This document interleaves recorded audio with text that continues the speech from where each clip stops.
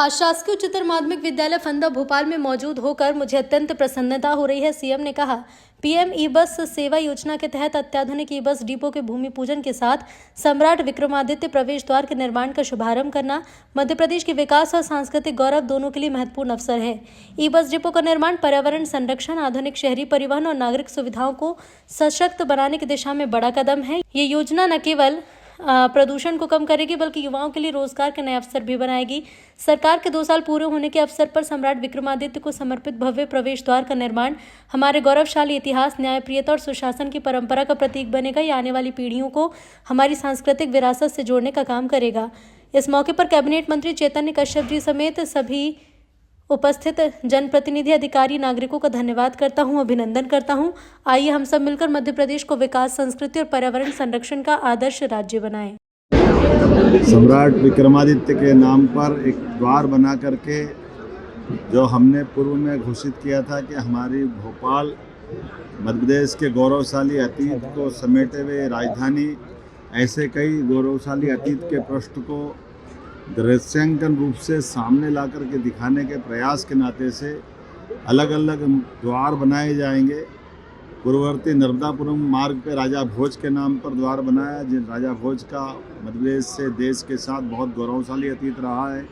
लगभग 1000 साल पुराने ऐसे सम्राट जिसने बहुत सारे क्षेत्रों में महारत हासिल की हुई थी, जिनका सुशासन आज भी याद रखते हैं। और राजा भोज जीवन भर जिसके आदर्श के आधार पर अपने आप को राजा मानते थे, ऐसे वीर सम्राट विक्रमादित्य जिनका नाम वीरता के लिए, न्यायप्रियता के लिए, गंभीरता के लिए, धीरता के लिए, दानशीलता के लिए, हर जीवन के सभी गुणों के लिए उत्कृष्ट, ऐसा कहा जाता है कि महाकवि कालिदास के शब्दों में भगवान राम का राम राज्य लाने का एक तरह से पूरा प्रतिकृति का प्रयास विक्रमादित्य के शासनकाल में दिखाई देता है।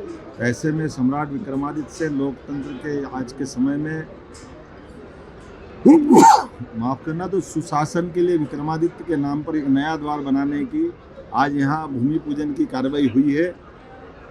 हमारी भोपाल की राजधानी के साथ ऐसे सारे गौरवशाली पृष्ठों के आधार पर प्रत्येक मार्ग के साथ ऐसे महापुरुषों के नाम पर वो इतिहास को जीवंत करने का प्रयास हमारी सरकार के द्वारा किया जा रहा है, जिसके कारण से मध्य प्रदेश और देश और दुनिया गौरवान्वित होती रही है।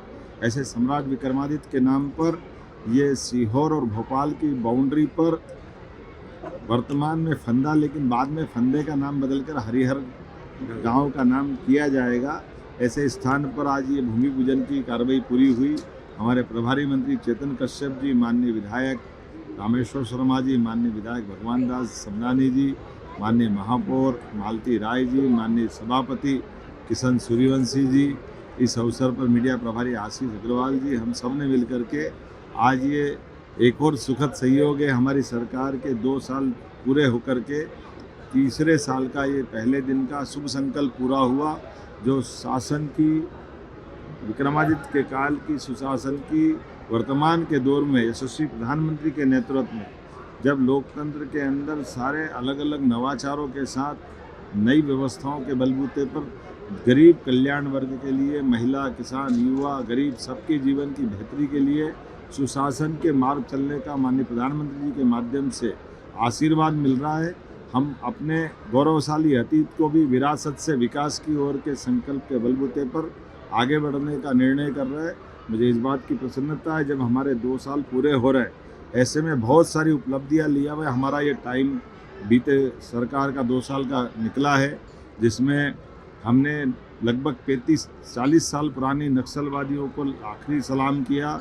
लाल सलाम को सलाम करते हुए बालाघाट, मंडला, डिंडोरी, अब मध्य प्रदेश में नक्सल वाली पूरी घटनाओं से माननीय प्रधानमंत्री और गृह मंत्री के आशीर्वाद से, उनकी रणनीति के बलबूते पर मध्य प्रदेश पुलिस ने इस सफलता को हासिल किया है।